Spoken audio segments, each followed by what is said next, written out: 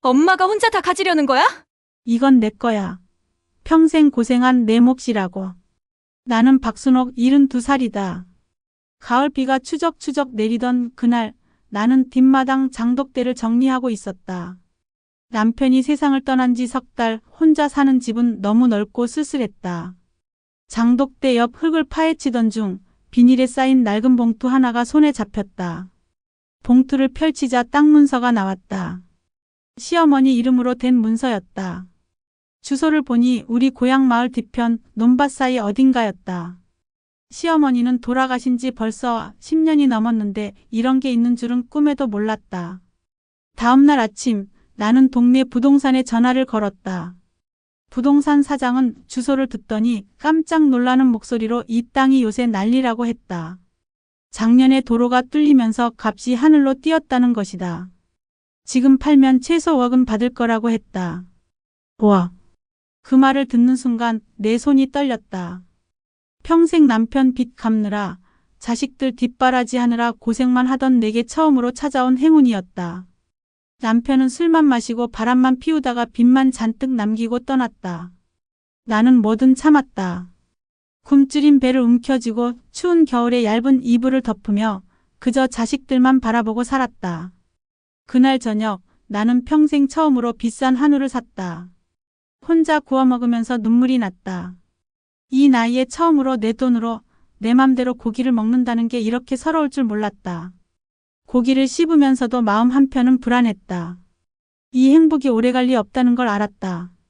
며칠 뒤 옆집 아주머니가 장 보러 가는 길에 나를 붙잡고 그 땅 소문을 들었다며 자식들이 좋겠다고 했다. 나는 웃으며 얼버무렸지만 가슴속은 불안했다. 그 말이 퍼질 게 뻔했다. 아니나 다를까 그날 저녁 큰딸 정희에게서 전화가 왔다. 정희는 평소에 전화도 잘 안 하는 애였다. 1년의 명절 때나 한번 얼굴 볼까 말까 한 딸이 갑자기 목소리가 다정했다. 그 땅 얘기를 들었다며 우리도 알아야 되는 거 아니냐고 물었다. 땅이 있으면 같이 의논해야 한다고 했다. 나는 이건 내 거라고 말했다. 전화 너머로 정희의 숨소리가 거칠어졌다. 우린 자식인데 무슨 소리냐고 따졌다. 나는 전화를 끊었다. 그리고 마루에 주저앉아 한참을 울었다. 자식들이 올 게 뻔했다. 돈 냄새를 맡으면 금방 모여드는 게 내 자식들이었다. 다음 날 둘째 정호에게서도 전화가 왔다. 요새 사업이 망해서 힘들다며 그 땅을 조금만 팔아서 자기를 도와달라고 했다. 이번엔 진짜 잘 될 것 같다고 했다. 정호는 맨날 그 소리였다. 사업한다고 내 돈을 몇 번이나 빼갔는지 모른다. 그리고 막내 정민. 10년 전 집을 나간 뒤로 연락도 없던 애가 그날 저녁 문자를 보내왔다. 오랜만이라며 그 땅 얘기를 들었으니 자기도 얘기 좀 하자고 했다. 나는 핸드폰을 던져버리고 싶었다. 가족이란 게 결국 이런 거구나. 돈이 생기면 모여들고 없으면 뿔뿔이 흩어지는. 그날 밤 나는 장독대 앞에 앉아 하늘을 올려다보며 시어머니께 물었다. 이 땅을 왜 나에게 남기셨는지, 이게 축복인지 아니면 저주인지. 하지만 바람만 쌀쌀하게 불어올 뿐이었다. 일주일 뒤 나는 결심했다. 자식들을 만나야 한다고. 이 문제를 피할 수는 없었다. 나는 세 남매에게 문자를 보냈다. 일요일에 집으로 오라고. 할 얘기가 있다고. 문자를 보내고 나서 나는 며칠 동안 잠을 이루지 못했다. 무슨 말을 해야 할지 어떻게 설명해야 할지 막막했다. 그러는 사이 나는 그 땅을 직접 보러 가기로 했다. 버스를 2번 갈아타고 고향 마을에 도착했다. 논밭 사이 좁은 길을 걸어 들어가니 잡초가 무성한 땅 한 귀퉁이가 보였다. 그곳에 낡은 표지판이 서 있었다. 시어머니의 이름이 적혀 있었다. 나는 그 땅에 서서 주변을 둘러봤다. 새로 뚫린 도로가 저 멀리 보였고 공사 중인 아파트 단지도 보였다. 이 땅이 정말 비싸졌구나 싶었다. 하지만 동시에 이상한 기분이 들었다. 이 땅을 팔면 나는 뭘 할까? 돈을 받으면 나는 행복할까? 자식들에게 나눠주면 그들은 나를 사랑할까? 답은 알 수 없었다. 나는 그저 그 땅에 주저앉아 한참을 있었다. 바람이 불고 풀이 흔들리고 하늘에는 구름이 흘러갔다. 시어머니는 평생 이 땅을 지키셨을 것이다. 그리고 나에게 물려주셨다. 왜일까? 나는 시어머니와 사이가 좋지 않았다. 그분은 늘 나를 구박했고 아들을 버릇없이 키운 나를 탓했다. 그런데 왜 이 땅을 나에게 남기셨을까? 집으로 돌아오는 버스 안에서 나는 문득 깨달았다. 시어머니도 나처럼 혼자였을 것이다. 남편에게 무시당하고 자식들에게 외면당하고 그저 참고 살았을 것이다. 이 땅은 그분이 평생 숨겨둔 마지막 자존심이었을 것이다. 그리고 그것을 나에게 물려주신 것이다. 같은 여자로서 같은 어머니로서 나는 눈물을 닦으며 창밖을 바라봤다. 이제 나는 어떻게 해야 할까? 자식들에게 이 땅을 나눠줘야 할까? 아니면 내 뜻대로 써야 할까? 답은 여전히 알 수 없었다. 일요일 아침 세 남매가 한꺼번에 집으로 들이닥쳤다. 정희는 명품 핸드백을 들고 정호는 담배 냄새를 풍기며 정민은 10년 만에 처음 보는 얼굴로 문 앞에 섰다. 나는 마루에 앉아 차를 따르며 다들 오랜만이라고 말했다. 정희가 신발을 벗으며 그 땅이 진짜 있는 거냐고 왜 우리한테 말 안 했냐고 쏘아붙였다. 나는 말할 필요 없었다고 대답했다. 정호가 방바닥에 털썩 주저앉으며 자기가 진짜 힘들다고 은행 빚도 있고 이번 달 이자도 못 냈다며 그 땅을 조금만 팔아서 자기를 살려달라고 했다. 나는 찻잔을 들어 한 모금 마시고 정호의 빚은 내가 갚아야지 왜 내 땅을 파냐고 물었다. 정호의 얼굴이 일그러지며 엄마도 참 독하다고 자식이 죽게 생겼다고 했다. 그때 조용히 있던 정민이 나한테는 왜 말 안 했냐고 언니 오빠한텐 얘기하고 자기만 빼놓은 거냐고 물었다. 나는 정민을 똑바로 쳐다보며 10년 동안 어디 있었냐고 전화 한 통 없던 내가 지금 와서 무슨 할 말이 있냐고 했다. 정민의 눈에 눈물이 고이며 자기가 떠날 때 내가 뭐라고 했는지 기억하냐고 물었다. 내 맘대로 살고 이 집엔 다신 오지 말라고 했다고 그렇게 말했다고 했다. 나는 가슴이 철렁했다. 그때 나는 정말 화가 나서 그렇게 말했었다.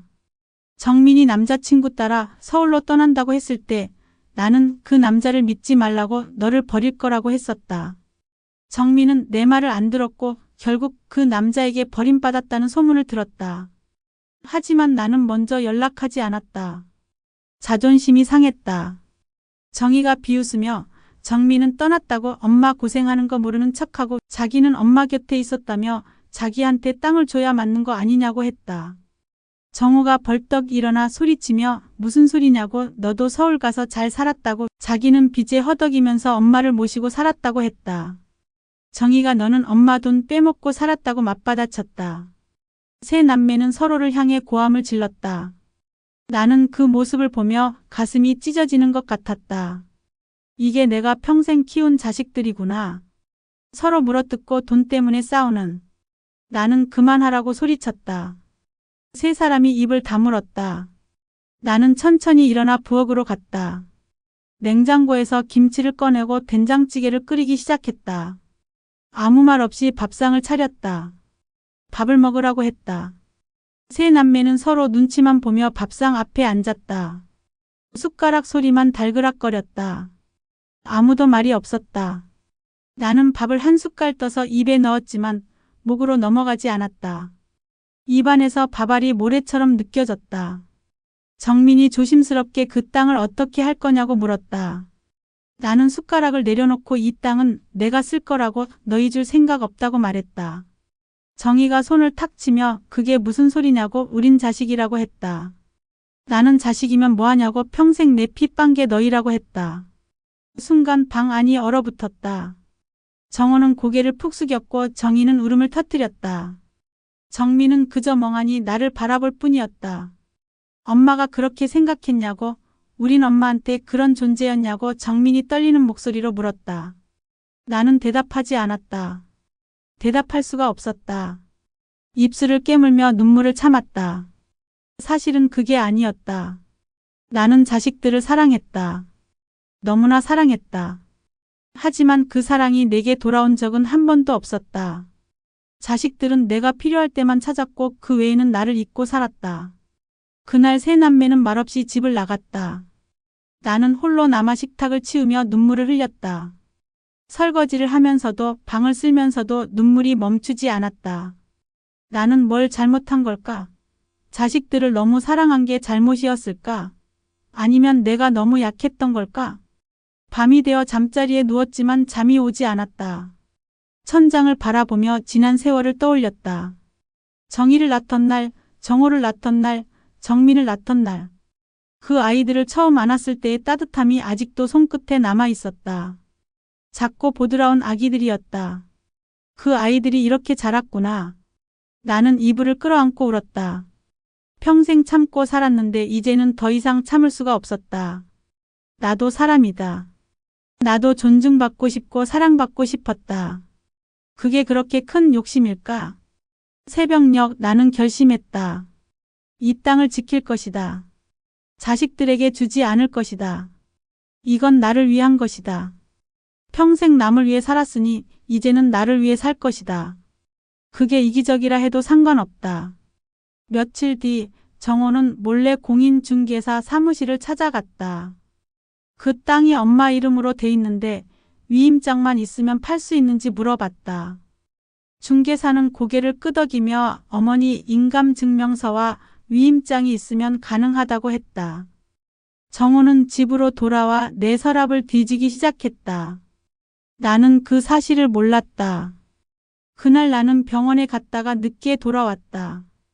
요새 가슴이 답답하고 숨이 가빴다. 의사는 스트레스를 줄이라고 했다. 스트레스를 어떻게 줄이나? 자식들 생각만 해도 가슴이 터질 것 같은데. 그날 저녁 정민이 갑자기 집으로 찾아왔다. 얼굴이 창백했다. 오빠가 그 땅을 몰래 팔려고 한다는 소문을 들었다며 그게 사실이냐고 물었다. 나는 깜짝 놀랐다. 정호가 그럴 줄은 몰랐다. 아니, 사실은 알고 있었다. 정호는 늘 그런 아이였다. 급하면 뭐든 했다. 정민은 오빠한테 전화를 걸었다. 스피커폰으로 들으니 정호의 목소리가 들렸다. 무슨 소리냐고 자기는 그냥 알아본 것뿐이라고 했다. 정민이 소리쳤다. 엄마 재산을 훔칠 생각이냐고, 그게 사람이 할 짓이냐고. 전화를 끊고 정민은 내게 말했다. 엄마, 이 땅을 지켜야 한다고.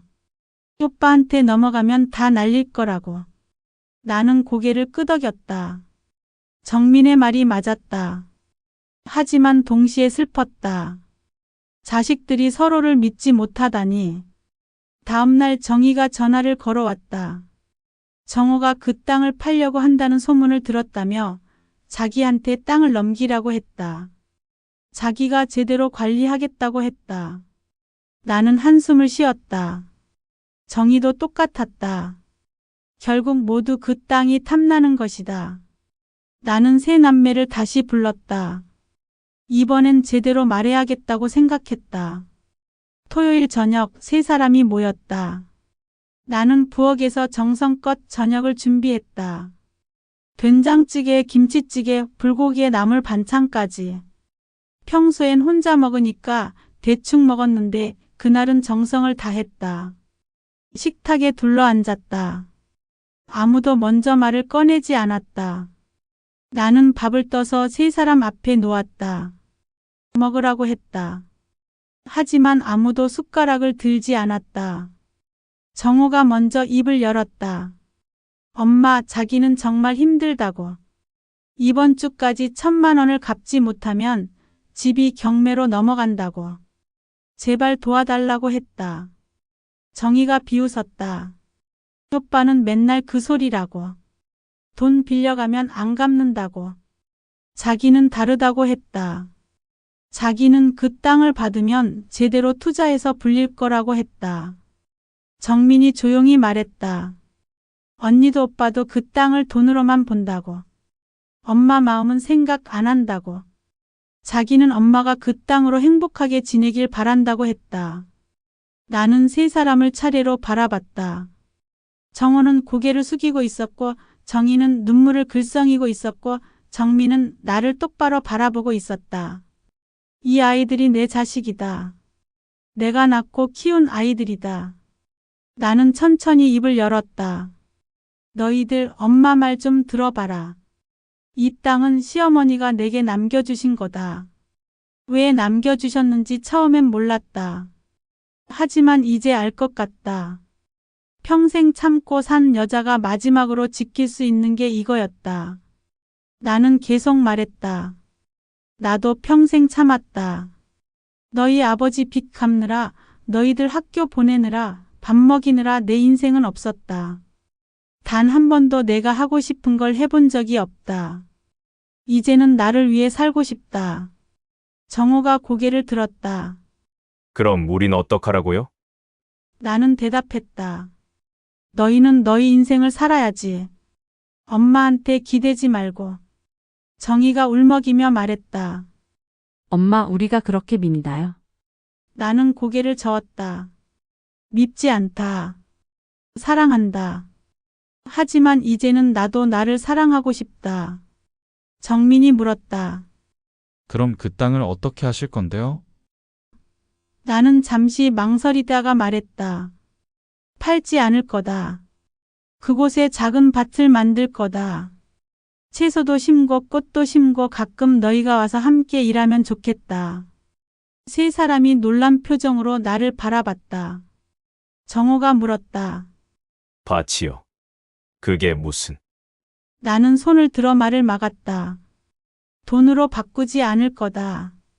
그냥 땅으로 둘 거다. 그게 내 결정이다. 정희가 의자를 박차고 일어났다. 엄마, 그게 무슨 말도 안 되는 소리예요. 나는 정희를 똑바로 쳐다봤다. 이게 내 땅이고 내 인생이다. 내가 결정한다. 그날 밤 세 남매는 또다시 싸우며 집을 나갔다.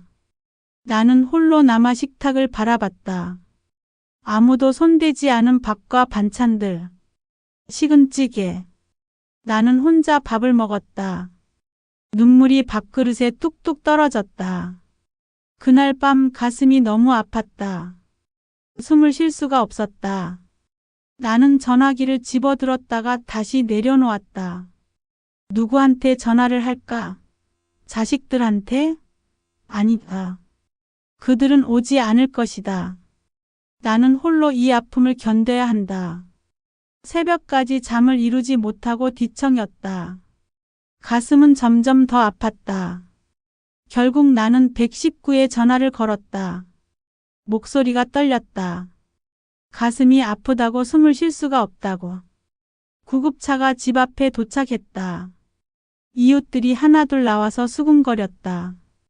순옥 씨가 쓰러졌대. 혼자 사시더니 결국 이렇게 됐네.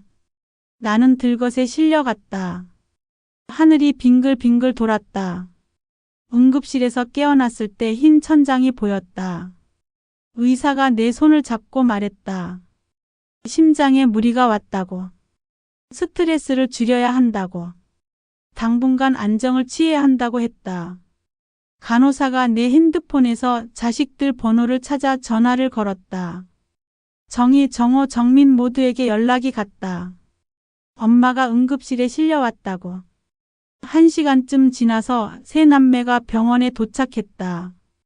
하지만 그들은 서로 얼굴도 마주치지 않았다. 정희는 복도 한쪽에, 정호는 반대편에, 정민은 로비에 앉아 있었다. 아무도 병실로 들어오지 않았다. 나는 그 모습을 창문 너머로 봤다. 가슴이 또다시 아팠다. 약 때문이 아니었다. 자식들이 서로 등을 돌리고 있는 모습이 너무 슬펐다. 며칠 뒤 나는 요양병원으로 옮겨졌다. 의사는 한 달 정도 요양하면서 몸을 추스르라고 했다. 집에 혼자 있으면 위험하다고 했다. 나는 고개를 끄덕였다. 혼자 있는 게 익숙했지만 이제는 두려웠다. 요양병원 침대에 누워서 나는 편지를 쓰기 시작했다. 떨리는 손으로 볼펜을 잡고 한 글자 한 글자 썼다. 자식들에게 하고 싶은 말이 너무 많았다. 하지만 입으로는 차마 할 수 없는 말들이었다. 편지는 이렇게 시작했다. 정희야, 정호야, 정민아. 엄마가 너희한테 할 말이 있다. 내가 없을 때 이 편지를 열어봐라. 나는 계속 썼다. 내 인생은 늘 너희에게 미안했다. 가난한 집에서 태어나게 해서 미안했고 좋은 아버지를 만나지 못하게 해서 미안했다. 너희가 원하는 걸 다 사주지 못해서 미안했고 따뜻한 말 한마디 해주지 못해서 미안했다. 하지만 이제는 나도 나를 위해 살고 싶다. 평생 참았으니 이제는 내 맘대로 살고 싶다. 그게 이기적이라 해도 상관없다. 나도 사람이다. 그 땅은 팔지 말아라. 그곳에 엄마의 밭을 만들어라. 채소도 심고 꽃도 심고 너희가 함께 일하며 다시 가족이 되길 바란다. 돈보다 중요한 게 있다. 그건 함께하는 시간이다. 편지를 다 쓰고 나니 눈물이 났다. 이 편지를 자식들이 읽을 때쯤 나는 어디에 있을까? 아직 살아 있을까? 아니면 이미 떠난 뒤일까? 나는 편지를 봉투에 넣고 봉했다. 그리고 간호사에게 부탁했다. 이 편지를 내 침대 서랍에 넣어두고 만약 내게 무슨 일이 생기면 자식들에게 전해달라고. 일주일이 지났다. 세 남매 중 아무도 병문안을 오지 않았다. 나는 매일 창밖만 바라봤다. 가을이 깊어가고 있었다. 나뭇잎이 노랗게 물들고 바람이 차가워졌다. 어느 날 오후 정민이 찾아왔다. 조심스럽게 병실 문을 열고 들어와서 내 손을 잡았다. 말없이 눈물만 흘렸다. 나는 정민의 머리를 쓰다듬었다. 괜찮다고 엄마는 괜찮다고 말했다. 정민이 입을 열었다. 엄마 미안해요. 나 때문에 이렇게 되셨죠? 나는 고개를 저었다. 내 잘못이 아니다. 엄마가 욕심을 부린 거다. 자식들한테 사랑받고 싶은 욕심. 정민이 또 울었다. 나는 정민의 등을 토닥였다. 울지 마라. 엄마는 내가 행복하면 그걸로 충분하다. 정민이 돌아간 뒤 나는 다시 편지를 꺼내 읽어봤다. 그리고 한 줄을 더 추가했다. 너희가 서로 미워하지 않았으면 좋겠다. 너희는 남매다. 피를 나눈 가족이다. 엄마가 없어도 서로 의지하고 살아가길 바란다. 다음 날 정희가 왔다. 명품 핸드백은 없었다. 수수한 옷차림에 화장기 없는 얼굴이었다. 병실에 들어와서 한참을 서 있다가 내 침대 옆에 앉았다. 엄마, 나 잘못했어요. 나는 정희의 손을 잡았다. 아니야, 엄마가 잘못했다. 너를 너무 몰랐다. 정희가 고개를 숙였다. 사실은 나도 힘들었어요. 미용실이 안 되고 있어요. 빚이 많아요. 그래서 그 땅이 필요했어요. 하지만 그게 다가 아니에요. 엄마한테 인정받고 싶었어요. 내가 잘하고 있다고, 내가 괜찮은 딸이라고 말해주길 바랐어요. 나는 정희를 안아줬다. 넌 좋은 딸이다. 늘 그랬다. 엄마가 말을 안 해서 그렇지 넌 충분히 좋은 딸이었다. 정희가 한참을 울다가 갔다. 나는 천장을 바라보며 후회했다. 왜 진작 이런 말을 하지 못했을까? 왜 자식들이 힘들어하는 걸 몰랐을까? 그날 저녁 정호가 왔다. 술 냄새도 담배 냄새도 나지 않았다. 깨끗한 얼굴로 들어와서 내 손을 잡았다. 엄마, 죄송해요. 나는 정호의 손을 꼭 쥐었다. 괜찮다. 다 괜찮다. 정호가 말했다. 나 이제 제대로 살게요. 더 이상 엄마 돈 안 빌릴게요. 직장 구했어요. 월급 적지만 성실하게 일할게요. 나는 고개를 끄덕였다. 그래, 그게 좋다. 세 남매가 다녀간 뒤 나는 편지를 다시 꺼냈다. 그리고 마지막 문장을 추가했다. 엄마는 너희를 사랑한다. 늘 사랑했고 지금도 사랑하고 앞으로도 사랑할 것이다. 이 땅은 그 사랑의 증표다. 한 달 뒤 나는 퇴원했다. 집으로 돌아왔다. 자식들이 집을 깨끗이 청소해놨다. 냉장고에는 반찬이 가득했다. 식탁 위에는 쪽지가 있었다. 엄마 잘 먹고 계세요. 우리가 자주 올게요. 나는 그 쪽지를 보며 웃었다. 눈물이 났지만 웃었다. 이제야 가족이 된 것 같았다. 봄이 왔다. 겨울이 지나고 따뜻한 바람이 불기 시작했다. 나는 새 남매에게 문자를 보냈다. 이번 주 토요일에 그 땅에 가자고. 함께 밭을 만들자고. 토요일 아침 새 남매가 집 앞에 모였다. 모두 편한 옷차림이었다. 정희는 운동화를 신었고 정호는 작업복을 입었고 정민은 모자를 썼다. 우리는 차에 나눠 타고 그 땅으로 향했다. 도착하니 풀이 무성했다. 잡초가 허리까지 올라왔다. 땅 한가운데는 낡은 장독이 하나 있었다. 그 장독 속에는 내가 숨겨둔 편지가 또 있었다. 나는 그 편지를 꺼내 새 남매에게 건넸다. 정희가 편지를 펼쳐 읽었다.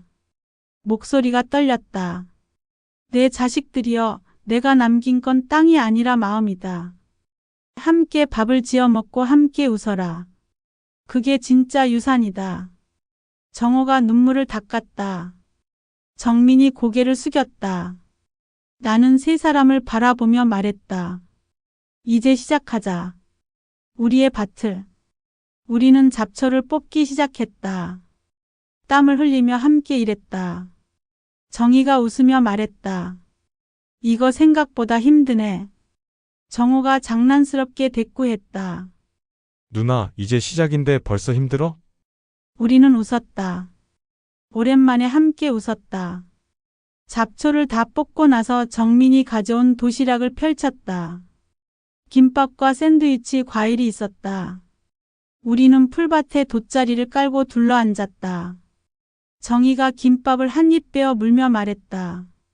엄마, 이거 맛있다. 나는 웃으며 대답했다. 내가 만든 거잖아. 정희가 깜짝 놀랐다. 엄마, 어떻게 알았어요? 나는 웃었다. 엄마는 다 안다. 정호가 물을 마시며 말했다. 엄마, 여기에 뭘 심을 거예요? 나는 주변을 둘러보며 말했다.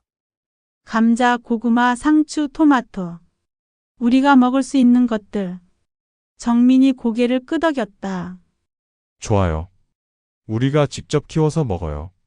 우리는 그날 하루 종일 밭을 만들었다. 땅을 갈고 두둑을 만들고 씨앗을 심었다. 해가 질 무렵 우리는 피곤했지만 행복했다. 서로의 얼굴을 보며 웃었다. 정희가 말했다. 엄마, 다음 주에 또 올게요. 물도 주고 잡초도 뽑고. 정호가 거들었다. 나도 올게요. 주말마다 올게요. 정민이 내 손을 잡았다. 엄마, 우리 함께해요. 나는 세 사람을 차례로 안아줬다. 고맙다. 정말 고맙다.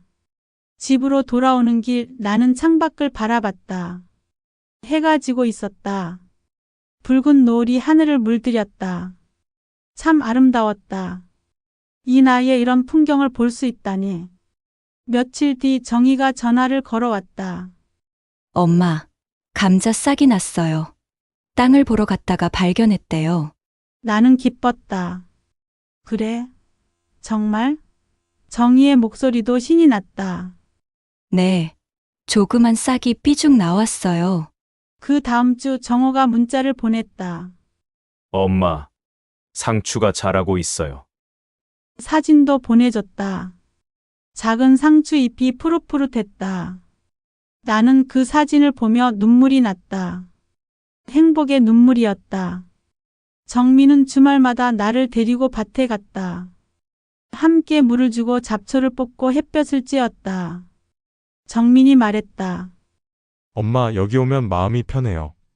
나는 고개를 끄덕였다. 나도 그래.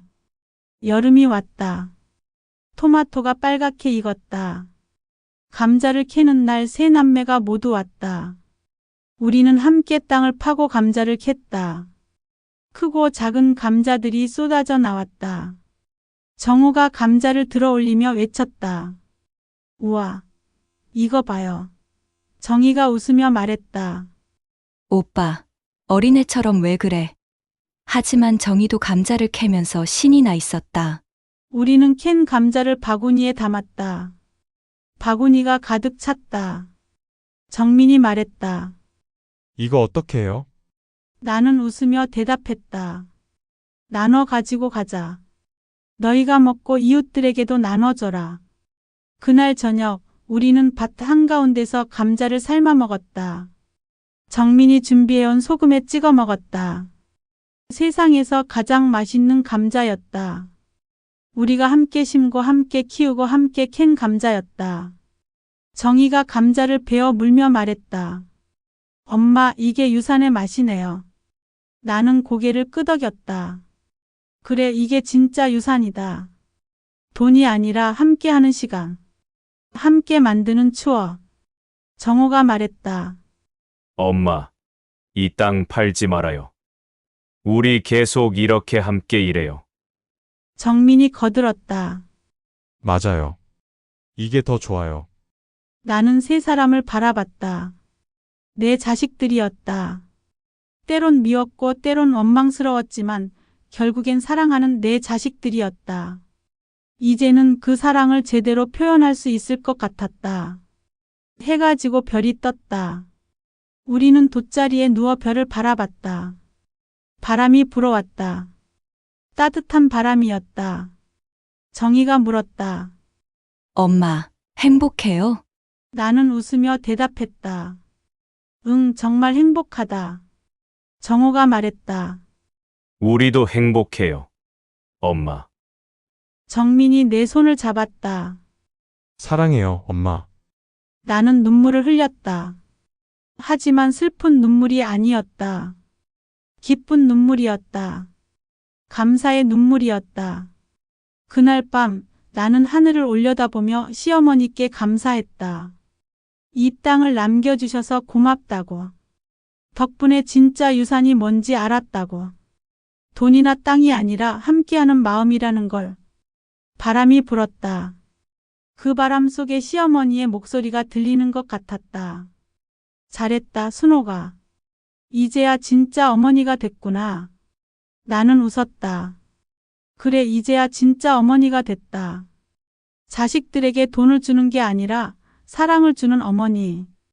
함께하는 시간을 주는 어머니. 가을이 왔다. 우리는 또다시 밭에 모였다. 이번엔 배추를 심었다. 김장김치를 담그기 위해서였다. 정희가 배추 모종을 심으며 말했다. 엄마, 올해 김장은 우리가 키운 배추로 해요. 나는 고개를 끄덕였다. 그래, 좋다. 정호가 물을 주며 말했다. 김장 담그는 날, 다 같이 모여서 해요. 정민이 웃으며 말했다. 좋아요. 오랜만에 온 가족이 함께 김장하는 거예요. 그해 겨울 우리는 정말로 함께 김장을 담갔다. 정인의 식구, 정원의 식구, 정민 그리고 나. 모두 모여 배추를 절이고 양념을 만들고 김치를 버무렸다. 아이들이 뛰어놀았다. 정희의 딸이 정호의 아들이 내 손주들이었다. 나는 그 아이들을 보며 웃었다. 이 아이들이 자라서 이 밭을 기억할까? 할머니가 만든 밭을 기억할까? 정희가 내 옆에 앉으며 말했다. 엄마, 고마워요. 이런 시간을 만들어줘서. 나는 정희의 손을 잡았다. 나도 고맙다. 함께 해줘서. 그날 밤 김장을 다 담그고 우리는 돼지고기를 구워 먹었다. 김치에 싸 먹으며 모두 맛있다고 감탄했다. 정호가 말했다. 우리가 키운 배추라서 그런가. 진짜 맛있네요. 나는 그 모습을 보며 생각했다. 이게 유산의 맛이구나. 함께 땀 흘려 일하고 함께 수확하고 함께 나눠 먹는 것. 이게 내가 자식들에게 남겨줄 진짜 유산이구나. 밤이 깊어갔다. 하나둘 집으로 돌아갔다. 나는 홀로 남아 설거지를 했다. 하지만 외롭지 않았다. 마음이 따뜻했다. 자식들의 웃음소리가 아직 귓가에 맴돌았다. 그날 밤 나는 일기를 썼다. 오늘 나는 정말 행복했다. 자식들과 함께 일하고 함께 밥 먹고 함께 웃었다. 이게 내가 평생 바라던 거였다. 돈도 땅도 아니었다. 그저 함께하는 시간이었다. 시어머니께서 남겨주신 땅은 축복이었다. 하지만 진짜 축복은 땅이 아니었다. 그 땅을 통해 다시 찾은 가족이었다. 서로를 이해하고 서로를 사랑하는 법을 배운 것이었다. 나는 창밖을 바라봤다. 달이 밝았다. 별들이 반짝였다. 바람이 나뭇가지를 흔들었다. 모든 게 평화로웠다. 이제 나는 안다. 유산이란 돈이 아니라는 것을, 땅이 아니라는 것을, 진짜 유산은 사랑이고 추억이고 함께한 시간이라는 것을, 그리고 그것이 세상에서 가장 값진 것이라는 것을. 나는 천천히 눈을 감았다. 오늘도 감사한 하루였다. 내일도 감사한 하루가 되길 바라며 제 사연을 끝까지 들어주셔서 감사합니다. 항상 어려분들의 행복을 기원하겠습니다. 마지막으로 구독과 좋아요를 한 번씩 부탁드리겠습니다. 저에게 큰 힘이 됩니다.